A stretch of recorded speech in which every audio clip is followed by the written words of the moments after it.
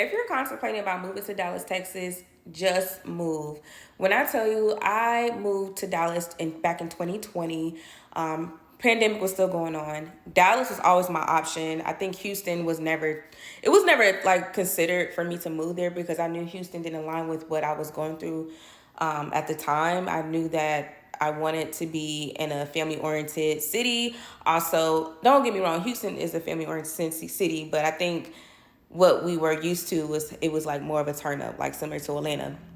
But I know Dallas was more business savvy, family oriented. I knew I can grow here.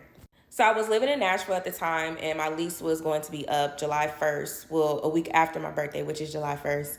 And I was like, I'm not about to renew my lease. That's something I'm not going to do. So I decided to move back home because I was still working remote due to the fact of the pandemic, of course.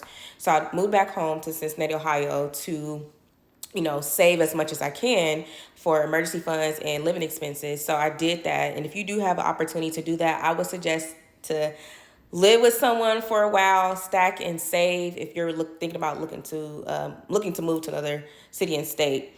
So I was still working with my remote job with my company. However, I wanted a new role. So a role came open and I decided to apply.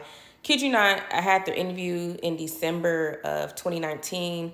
I got the job, promoted to that new role January 9th, I believe, and I moved into my apartment in January 8th.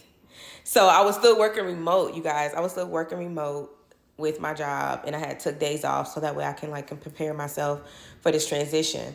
But I say all that to say is that if you're contemplating about something, just make sure that if God puts it in your heart to have the desire to move to another city and state, of course you have to put it in work, to get to that next level.